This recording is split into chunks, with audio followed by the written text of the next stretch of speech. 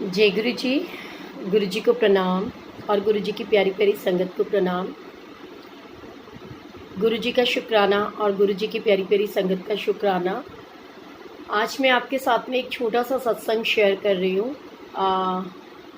ये सत्संग है एक आंटी का, जो कि गुरु जी जब एम्पायर स्टेट में बैठते थे तो गुरु जी के पास पहुँची, और जैसे ही आंटी ने माथा टेका तो गुरु जी ने बहुत गुस्से में बोला, क्यों आई है थे, चल बाहर निकल। और आंटी को बहुत दुख लगा। संगत ने भी सोचा कि पता नहीं क्या प्रॉब्लम है, गुरुजी तो आज इतना गुस्सा है, गुरुजी तो कभी किसी को ऐसे नहीं बोलते। तो आंटी आराम से बैठने लगी तो गुरुजी ने फिर क्या, ऐथे क्यों आई है, चल इथों बाहर निकल, क्यों आई है इथे। तो वो आंटी बड़े परेशान हुए और वो आंटी बाहर जा कर के जो बाहर का वो हॉल होता है वहाँ जा कर के बैठने लगी। गुरुजी फिर उनके पास पहुँचे और उन्होंने बोला कि तेनू समझ नहीं आती, तू क्यों आई है इत्थे, चल बाहर निकल, चल बाहर। और गुरुजी ने उनको बिल्कुल गेट के बाहर कर दिया।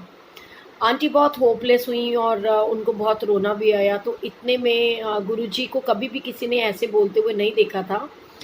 गुरुजी तो अंदर आकर के अपने सिंहासन पर बैठ गए और फिर संगत के एक सेवादार आंटी जो है उनके पास पहुंची और उन्होंने उनसे पूछा कि आंटी आपको कोई प्रॉब्लम तो नहीं है। तो उन्होंने कहा कि अंकल मुझे ब्रेन ट्यूमर है। तो उन्होंने बोला कि गुरुजी ने आपको बाहर नहीं निकाला, गुरुजी ने आपके अंदर जो बीमारी है उसको बाहर जाने के लिए बोला है। सो आप प्लीज़ कल जा कर के अपना टेस्ट ज़रूर करवाइएगा। तो कहते हैं ना, तेरा भाना मीठा लागे। कई बार हमारी लाइफ के अंदर ऐसी प्रॉब्लम्स आती हैं कि हमें लगता है कि पता नहीं हमारे साथ क्या हो रहा है, या जो सामने वाला व्यक्ति है या गुरु ही, क्योंकि सबको पता है कि गुरु के पास इंसान कब पहुंचता है, जब वो बहुत थक हार के दुख में, परेशानी में। तो जैसे कि हॉस्पिटल्स हो गए, गुरुद्वारे हो गए, मंदिर हो गए, जनरली यहाँ पर ज़्यादातर 90% लोग तो वही जाते हैं जिनको कोई ना कोई दुख होता है। बहुत कम लोग होते हैं जो शुक्राना करने के लिए, गुरु की रहमत पाने के लिए गुरु के पास पहुंचते हैं। सो हमें इन बातों को समझना है कि गुरु के तो मतलब ना, अगर वो कोई दुख भी दे रहे हैं ना, तो उसके अंदर हमारे लिए बहुत बड़ा सुख छुपा हुआ है। सो ऐसी फीलिंग्स अपने अंदर नहीं लानी, डिसहार्ट नहीं होना, परेशान नहीं होना। और ऐसे अनगिनत सत्संग हैं जहाँ पर गुरुजी महाराज हमको ये चीज़ें बताते हैं, ये सिखाते हैं कि हमें संगत के साथ में दिल से कनैक्ट होना है और संगत से प्यार करना है। गुरुजी कहते सी मैं तां खुश होना जब मेरी संगत खुश होती है।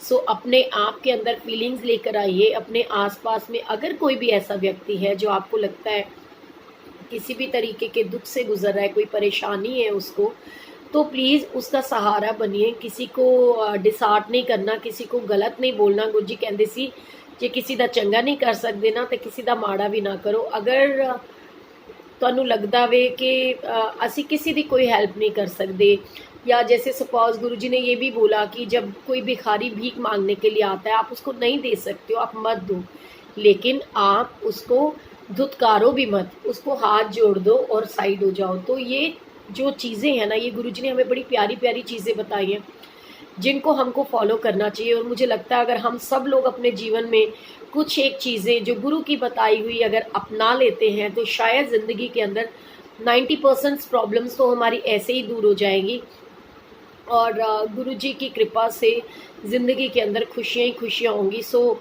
कभी भी किसी का बुरा नहीं मांगना, किसी को बुरा नहीं बोलना। हमेशा जितना हो सके संगत का कल्याण करने वाली बातें, अच्छी बातें कि गुरु जी ने कैसे संगत का कल्याण किया, ऐसे सत्संग शेयर करने हैं।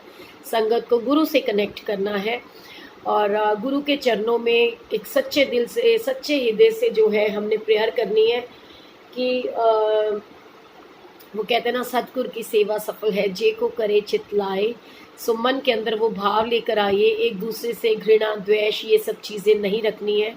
जितना हो सके एक दूसरे का अच्छा सोचो, जितना हो सके किसी का अच्छा मांगो, क्योंकि कहते हैं ना, नानक नाम चढ़दी कला तेरे पाने सरबद्दा पला। जब हम संगत का कल्याण मांगते हैं, गुरु से सबका कल्याण मांगते हैं, दिन रात हम कहते हैं सरबद्दा पला मांगते हैं, तो हमारा भी भला होता है। और ऐसा ही मैं आपके साथ में एक छोटा सा सत्संग शेयर करती हूँ कि ये जो लॉकडाउन हुआ है ना, बेसिकली ये गुरुजी ने इसलिए किया है कि गुरुजी को पता है उसके बहुत सारे ऐसे बच्चे हैं जिनके घर में कुछ ऐसी प्रॉब्लम्स थी, जिसके अंदर उनको अपने घर पे टाइम देना बहुत ज़रूरी था, जिनको सेहत के लिए कोई दिक्कत थी, उनको अपनी सेहत के लिए टाइम निकालना ज़रूरी था। और गुरुजी को ये भी पता है कि जो मेरे ये सेवादार हैं, ये ऐसे तो मेरी सेवा छोड़ करके नहीं जाने वाले जब तक गुरुजी स्वयं उनको छुट्टी ना दे दे। इसलिए गुरुजी ने बहुत सारे लोगों को घर बिठाया है इस लॉकडाउन के पीरियड के अंदर, और बहुत सारे लोगों की तरफ से, उनके घरों से गुरुजी को बहुत सारी ब्लेसिंग्स,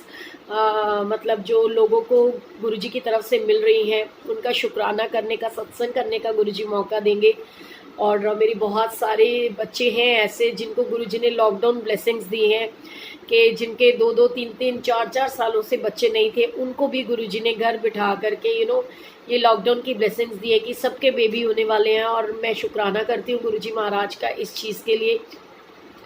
और कुछ मेरे भाई भाभी, मेरे अंकल आंटी ऐसे हैं जो बहुत बड़ी बड़ी बीमारियों को फेस कर रहे हैं, तो गुरुजी को पता है कि वो अपनी सेवा मिस नहीं कर सकते थे, और गुरुजी घर बिठा करके उनका ट्रीटमेंट करवा रहे हैं ऐसे लॉकडाउन के पीरियड में, कि जल्दी से उनकी सारी प्रॉब्लम सेटल हो जाए, वो घर बैठकर अपना ट्रीटमेंट भी करा सकें और उसके बाद में गुरुजी का शुक्राना करें, उनकी सेवा करें। सो इसलिए कहते ना, हर हाल में सद्गुरु का जो शुक्र मनाते हैं, उनके घर खुशियों की होती बरसाते हैं। सो मन में ये भाव रखना है कि गुरुजी हर पल तेरा शुक्राना है, सुख में भी शुक्राना है, दुख में भी शुक्राना है। क्योंकि इसके ऊपर भी ना एक छोटी सी बात मुझे याद आ रही है कि एक बार कोई संत हुआ करते थे, उनके पास में जो गुरु रूप सिंह जी थे, उनके एक शिष्य थे जो उनके पास सेवा करने जाते थे, और बहुत साल तक उन्होंने सेवा करी। और एक बार गुरु रूप सिंह जी बहुत खुश हुए और उन्होंने अपने शिष्य को पूछा कि मांग तू क्या मांगना चाहता है। तो उन्होंने बोला कि मुझे तो इतनी सद्बुद्धि नहीं है, मुझे इतनी समझ नहीं है कि मैं क्या मांगूं, गुरुजी मुझे थोड़ा सा टाइम दे दो, मैं अपने घर वालों से पूछ करके कल आपसे मांगूंगा। तो वो उन्होंने अपने मम्मी से पूछा कि गुरुजी ने मुझे कहा है कि कुछ मांग, तो मैं क्या मांगूं। तो उन्होंने बोला हमारे घर में बड़ी प्रॉब्लम है और हमारे पास में पैसे नहीं है, ये नहीं है, वो नहीं है, तो गुरुजी से वो मांग लो। फिर बीवी के पास पहुँचे तो उन्होंने बोला कि हमारे पास ये चीज़ नहीं है, आप ये मांग लो। तो फिर उनको तभी भी संतुष्टि नहीं हुई। उन्होंने अपनी बेटी से पूछा कि बेटा, मेरे को गुरुजी ने कहा है कि कुछ मांगो, तो मैं क्या मांगूं, तो मुझे ये बता दो। तो उन्होंने कहा कि गुरुजी से ना कभी छोटी चीज़ नहीं मांगनी पापा। तो उन्होंने कहा कि अच्छा फिर एक काम करते, कल मेरे साथ में तुम खुद चलना और गुरुजी से तुम ही मांग लेना कि हमें कौन सी चीज़ मांगनी है। तो वो बेटी पापा के साथ जाती है और गुरु रूप सिंह जी के पास जा कर के जब गुरु रूप सिंह जी पूछते हैं कि बेटा आपको क्या चाहिए, तो वो बच्ची बोलती है, और बहुत सुनने वाली चीज़ है कि सब्र और शुक्राना में, संतोष में, संतुष्टि में कितनी ब्लेसिंग्स होती है। कि उन्होंने कहा कि गुरुजी वैसे तो हम ऐसे सिचुएशन में है कि कई बार हमें 2-2 दिन तक खाना खाने को नहीं मिलता, और अगर कभी मिलता भी है तो कई बार हम एक एक चपाती खा करके भी सो जाते हैं। आपकी कृपा से फिर भी हमारे को हर पल शुक्राना है आपका कि आपने हमारे को इस लायक समझा। लेकिन अगर कभी एक ऐसा वक्त भी आ जाए कि हमें आधी चपाती या एक रोटी भी खाने को ना मिले, एक बाइट भी खाने को ना मिले, तो हमारे मुख से कभी शिकायत ना निकले, हमारे मुख से शुक्राना निकलना चाहिए। ये ब्लेसिंग्स हमें दे दो कि जब भी हमारे मुख से निकले बस आपके लिए हर पल शुक्राना निकले। सो गुरु रूप सिंह जी खुश होते हैं और वो ये कहते हैं कि तुम्हें तो क्या, तुम्हारी 7 पीढ़ियों तक मैं ये ब्लेस करता हूँ कि तुम्हारे घर में ना तो तुम्हारे को कोई कमी होएगी, और जो भी यहाँ आएगा वो सब भी अच्छे से पेट भर के लंगर प्रसाद करके जाएंगे। सो शुक्राना बहुत महत्वपूर्ण है जीवन के अंदर। आप जितना हो सके शुक्राना कीजिए। शुक्राना करने के अंदर गुरुजी की बहुत ब्लेसिंग्स होती हैं। एंड मुझे नहीं पता कि आज गुरुजी ने एकदम से ये भाव दिया कि ये वाला सत्संग मुझे आपके साथ शेयर करना है, और क्यों और कैसे वो सब गुरु को पता होता है, क्योंकि समय गुरु के अकॉर्डिंग निश्चित होता है। सो फिर से एक बार आप सबका शुक्राना कि आप थोड़ा सा टाइम निकालते हो, हमें सुनते हो, ब्लेसिंग्स पेज के अंदर, ब्लेसिंग्स ग्रुप के अंदर आप जुड़ते हो, और एक मेरी छोटी सी रिक्वेस्ट है जो कि मैंने कल भी फील किया कि कई बच्चे आते हैं अपना सत्संग शेयर करते हैं और फिर उसके बाद में जब उनको व्यूवर्स नहीं मिलते वो डिसहार्ट हो जाते हैं, वो परेशान होते हैं, रोते हैं और वीडियोस भी डिलीट कर देते हैं। तो हमें किसी की खुशी का कारण बनना है, दुख का नहीं। अगर आप लोग प्लेज से जुड़े हो सो आपसे हर बार रिक्वेस्ट करती हूँ कि कोई भी सत्संग जो आता है हमारे पास, उस सत्संग को प्लीज़, जब कोई समय निकाल करके आपके पास आता है तो समय बहुत कीमती होता है, उस समय की वैल्यू को समझे। जब कोई आता है तो उसके सत्संग को सुना कीजिए, उन बच्चों को सुना कीजिए, आगे भी शेयर किया कीजिए, ताकि ज़्यादा से ज़्यादा शेयर करें, ज़्यादा से ज़्यादा संगत तक गुरु जी की महिमा, गुरु जी का सत्संग और गुरु जी की ब्लेसिंग्स पहुंच सकें। सो शुक्राना आप सभी का। जय गुरु जी। कोई बात किसी को बुरी लगी हो, मैं हाथ जोड़ के आप सबसे क्षमा चाहती हूँ। जय गुरु जी।